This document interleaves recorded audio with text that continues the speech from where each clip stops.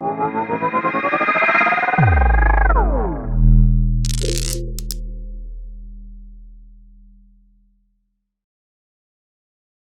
right, guys, we are back.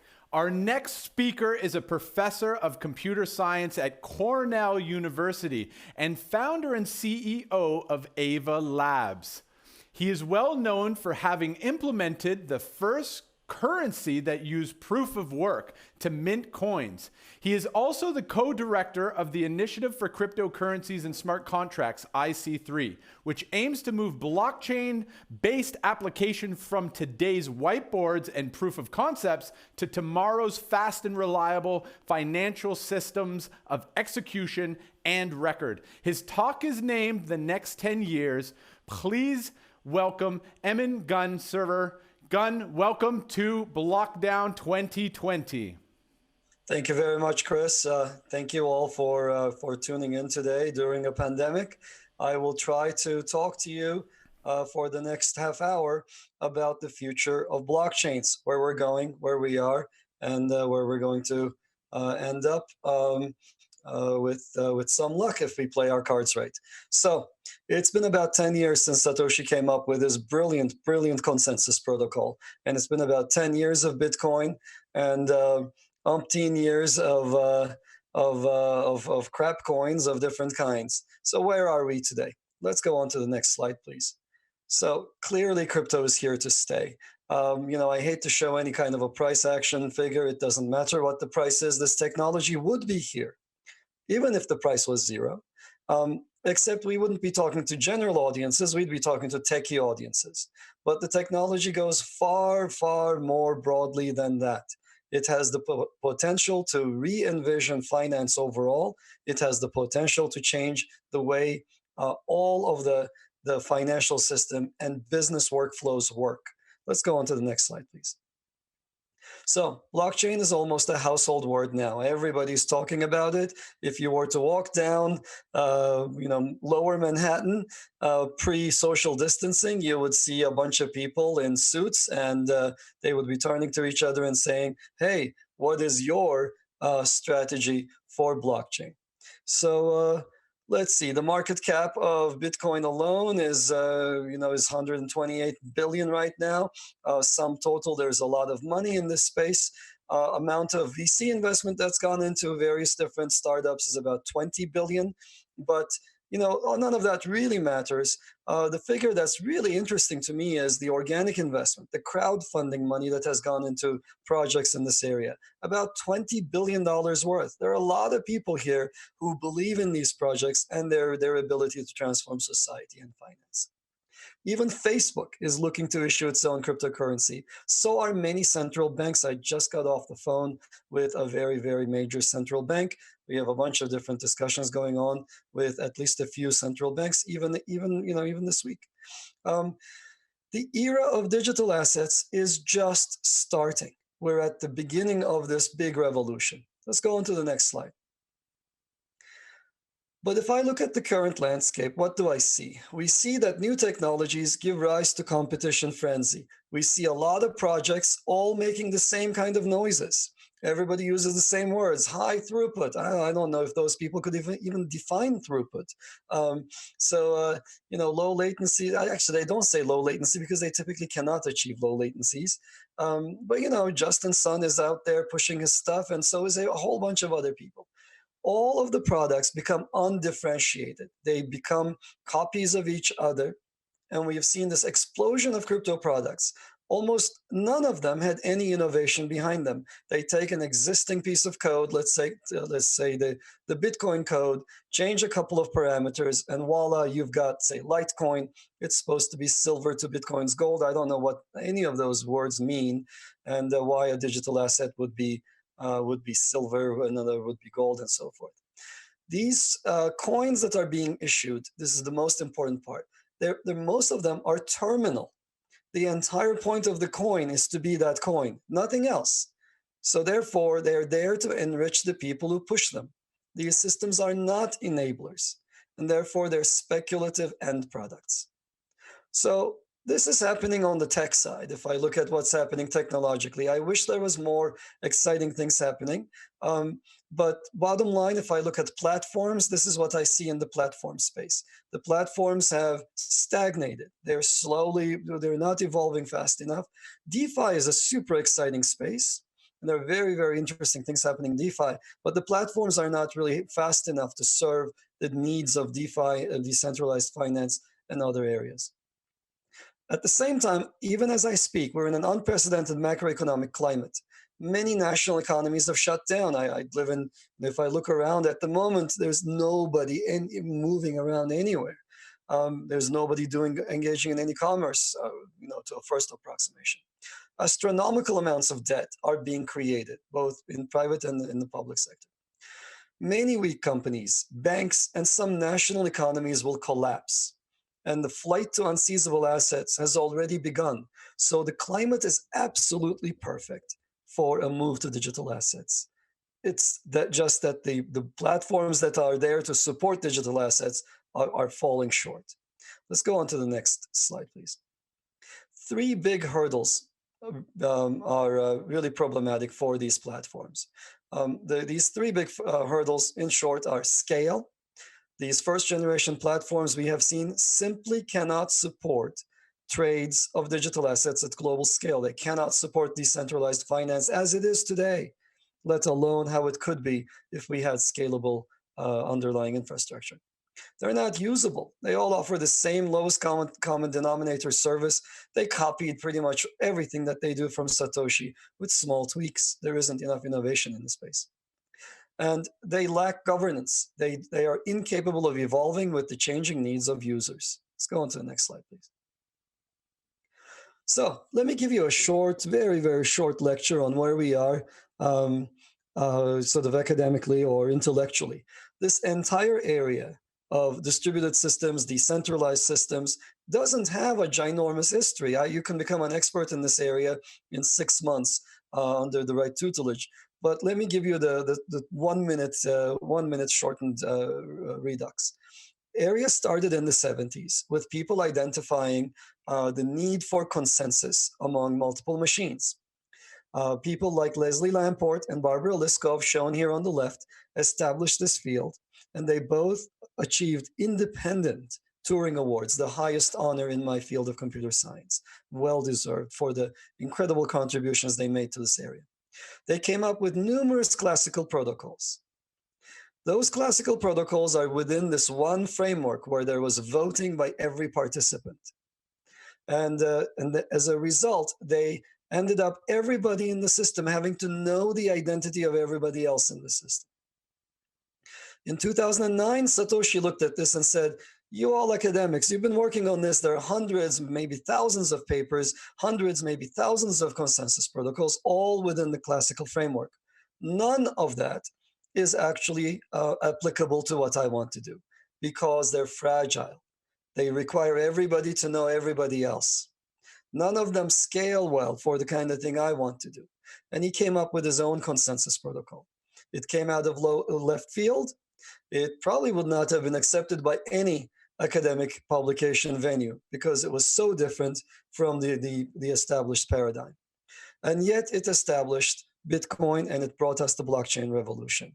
And for his efforts, Satoshi, may he rest in peace, owns a lot of Bitcoin and therefore a lot of money, about $10 billion worth.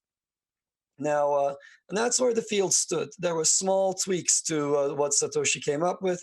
One of the most notable ones is Ethereum. They changed the scripting language to come up with a much more versatile system. That certainly gave us the second enabler and the second explosion in DeFi. But then otherwise, the entire area was pretty much stagnant.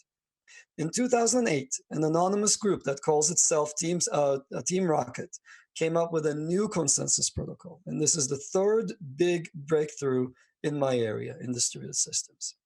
Now, what's this breakthrough? A very different consensus protocol. It doesn't use mining. It's efficient. It isn't fragile like classical protocols. It's robust like Nakamoto. And it's super fast. It scales like no other. It has incredibly low latencies, very high throughputs, and it's inclusive. It can accommodate millions of participants firsthand, and these participants can join with essentially a cell phone if they so choose. They can play a meaningful role with a cell phone if they so choose. Let's go on to the next slide, please. So if I look at the current existing systems that are based on mining, what we see are long confirmation times. I tried to trade a rare Pepe 2 days ago, just to show somebody how NFTs work.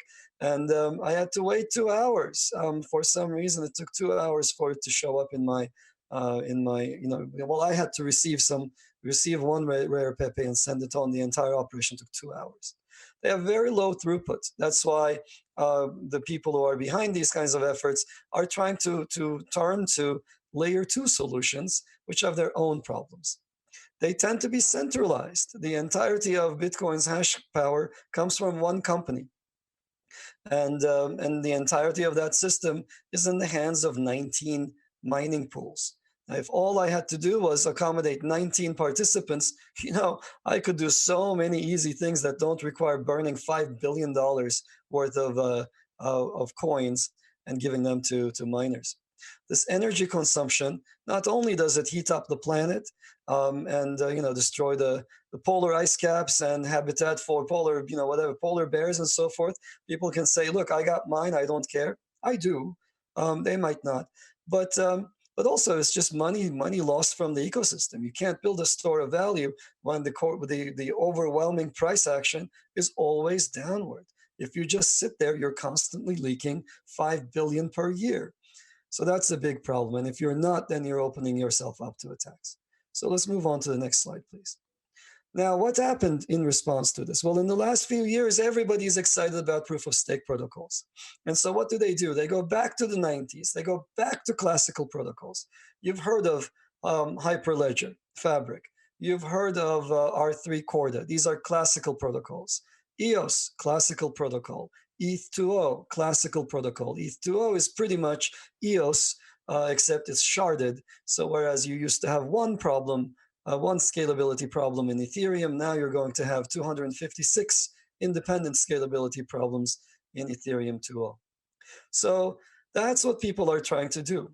These protocols themselves cannot scale beyond a few hundred validators. They trade off decentralization, and decentralization matters. If you don't believe it does, just look at what's happening at the Senate hearings on Libra, and look at what's happening with cabal formation in EOS.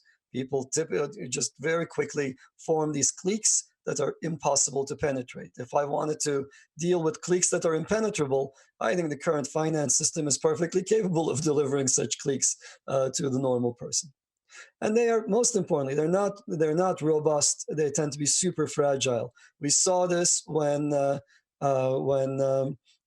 Stellar ended up not functioning for an entire afternoon when EOS had a whole problem. So these are needlessly complicated mechanisms, and they're inefficient. They don't accommodate large numbers of participants. They tend to be very fragile.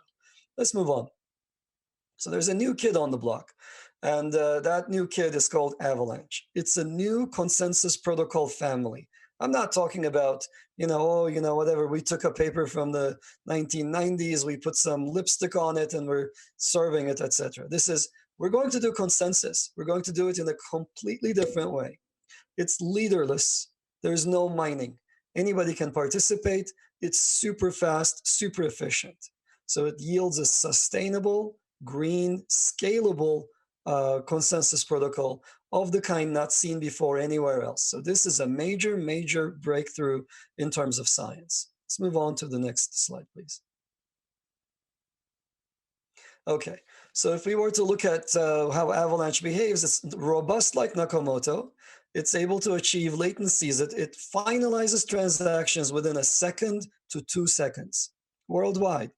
This is a number from our testnet, with 2,000 nodes around the globe. So this is not like on somebody's laptop in a highly centralized system we're getting these numbers. This is across the globe in a very, very large setting.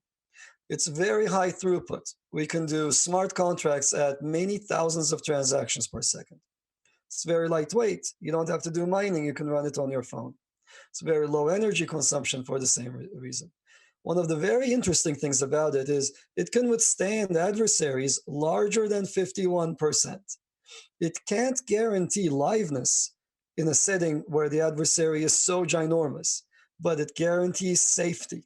So it guarantees that money will not be double spent, even if the adversary is very big. So this is not something that anybody else can say.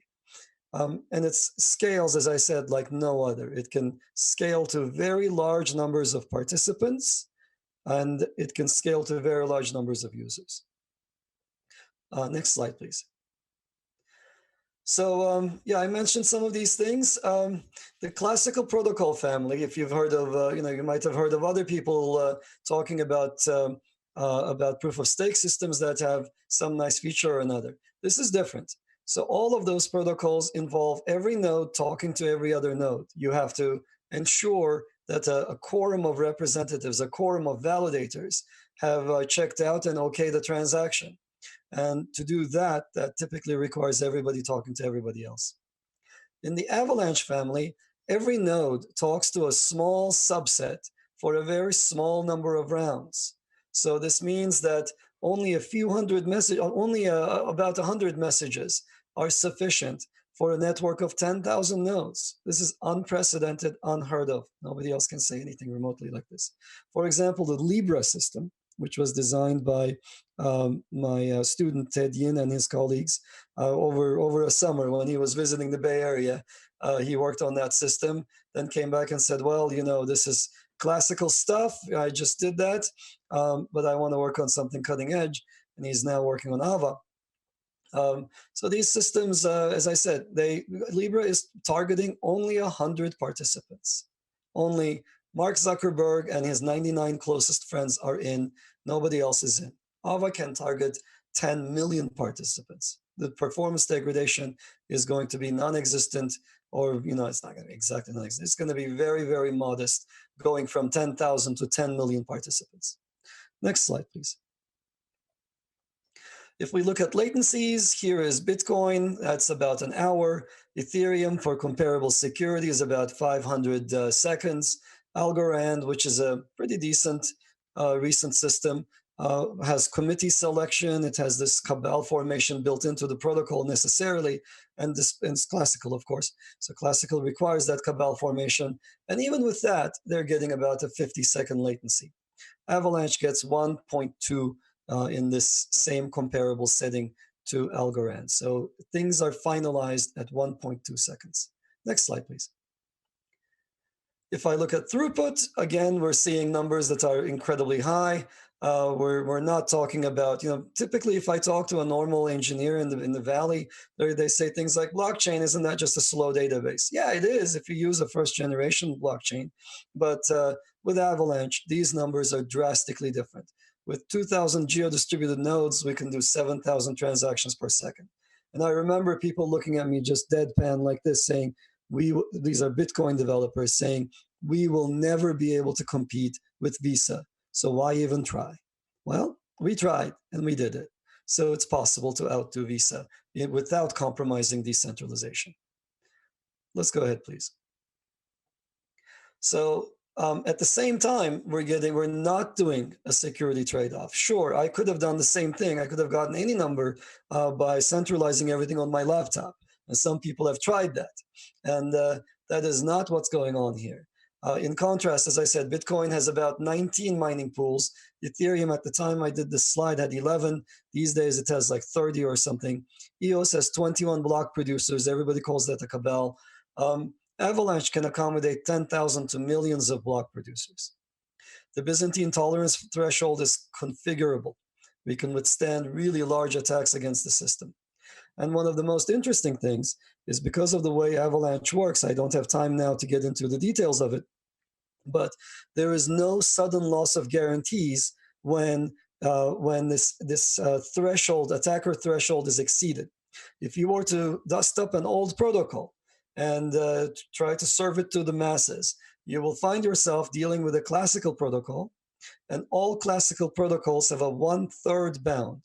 So if you have 100 people in it, and 34 of them decide to attack your system, they are guaranteed to mess you up. They will cause a safety violation, and there will be a double spend in your system, and that's pretty much the end of your system as we know it. The way Avalanche works, here's what happens. Avalanche is typically configured for a particular attacker. The smaller you think the attacker is, the lower the thresholds are, and the faster the system can work. That's kind of nice. But suppose you configured Avalanche for a comparable setting, for an attacker of size 33%. So if the attacker turns out to be bigger than that, suppose he turns out to be 40%. If you were using classical, you'd be dead in the water, and he would guaranteed win. In Avalanche, that's not what happens. With a target size for the attacker of 33%, Avalanche says, I assure you that there will not be a safety violation for the next 20,000 years. Now, when the attacker is a little bigger, say at 40%, Avalanche says, well, look, I'm so sorry I couldn't live up to what I promised for an attacker of size 33%. He turned out to be bigger, and so now all the calculations you did cannot be met. Of course not. That's how the math works. But you're not necessarily dead in the water. With a size of 40%, the attacker is expected to, we're not going to be able to uphold our, once in 20,000 years promise, but it'll be once every 5,000 years. That's a very graceful way to degrade. The attacker has to be really, really big to succeed with any high probability. And it's very robust. So let's go on to the next slide. Here's a huge difference in the way we're architecting Avalanche and in the whole mindset that we bring to the ecosystem. Almost everybody else copied everything about their network model from Bitcoin, from Satoshi. Now, what's that network model? You have a coin, you have a virtual machine that implements that coin, and you have a network that goes and implements that virtual machine, instantiates that virtual machine, facilitates the transactions between the participants. That's fantastic. That's really nice. Everybody else copies this. So you buy somebody's token, and then you run their VM. You've got this open network. And so what rule set is being enforced on this platform? Well, the only rule set is that one VM, nothing else. That one VM is not beholden to any jurisdiction. It's its own thing. So you suddenly find yourself having to adopt extreme libertarian viewpoints. Down with the state. Let's pull everything down. Let there be no more nations, And you get into this crazy downward slope, at the end of which you believe that everything should be run according to Bitcoin's rules, because that's the one thing that you know how to implement, and you don't know how to implement anything else because your system doesn't let you do it. AVA is different. AVA has its own coin, its own virtual machine, and its own network, yes, but it also supports any number of other coins to be issued on top. These coins are known and visible to the underlying system. These coins can come with their own VMs, their own scripting languages that are specific to their function. So if you have a fractionalized real estate coin, then you have a VM that can be fractionalized for that. If you have gold, you can have a VM fractionalized for that. You have credit default swaps, well, then you can have a VM that knows how to interpret the complex covenants that go with typical CDSs. But more importantly, not only do you have coins and specific virtual machines, but you also have the ability to control network participation. You get to say things like, to participate in my network for my coin, you have to, and then you can say things that you could not express in code. Now, what are things that you could say that you could not express in code? For example, you can say things like, you have to have more resources. You got to be a bigger machine. I'm not going to support Luke Jr.'s Raspberry Pis in the Florida swamp. I'm going to have bigger machines. Maybe I'll have fewer machines, maybe not, who knows, but it's going to be different. And voila, I'm done with the Bitcoin blockchain debate, block size debate. That's simple on AVA. Or you can say things like, you have to be under US jurisdiction. You have to sign an agreement. You have to enforce a whitelist. You have to enforce a blacklist. All of these facilitate the issuance of compliant, legal digital assets. and they give the full control over the entire digital asset lifecycle to the participants. That's why when we go to Wall Street and tell them about the AVA platform, they turn on at this point. They say, okay, this was the reason why I tried to do a consortia. This was the reason why I tried to do a permission network. In fact, I did a proof of concept with a bunch of these established companies. And you know what? I abandoned it. That's what they typically tell us. And so we find ourselves talking to people who tried permission networks, gave up, and because they go nowhere. Nobody wants to be part of a consortium. All consortia are fragile themselves and fall apart themselves. Let's go on, please. Okay, so we want to support many different kinds of coins. We envision a future with thousands of coins.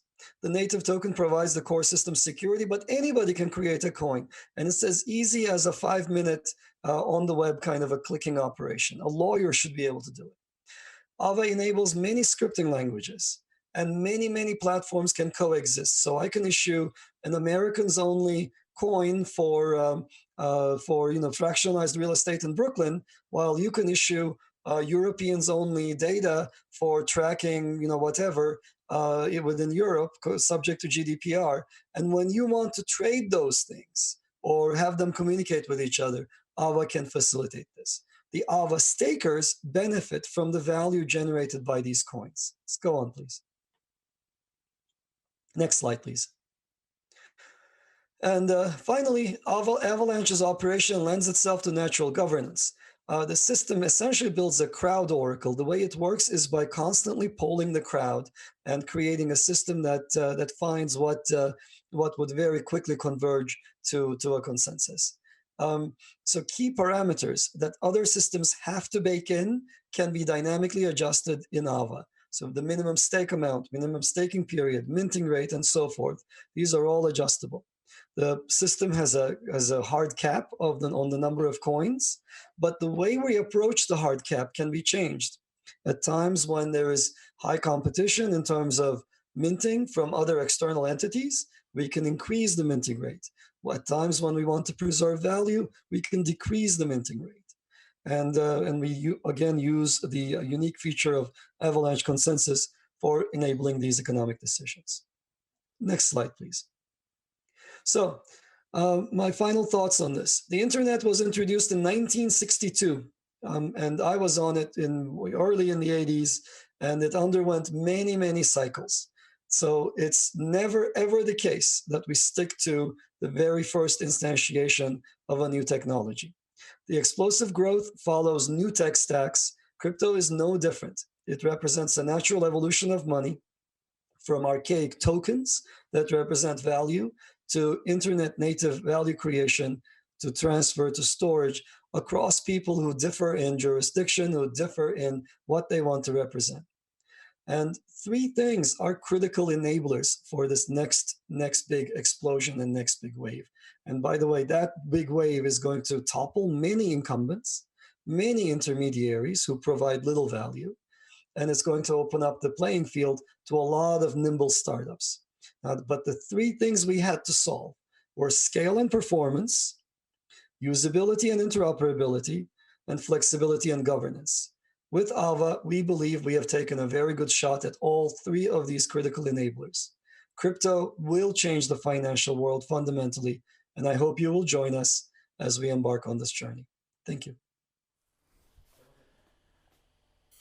Amazing. It's been an honor to hear you speak. I've actually seen you speak at several conferences across the globe ever since I started within the crypto industry.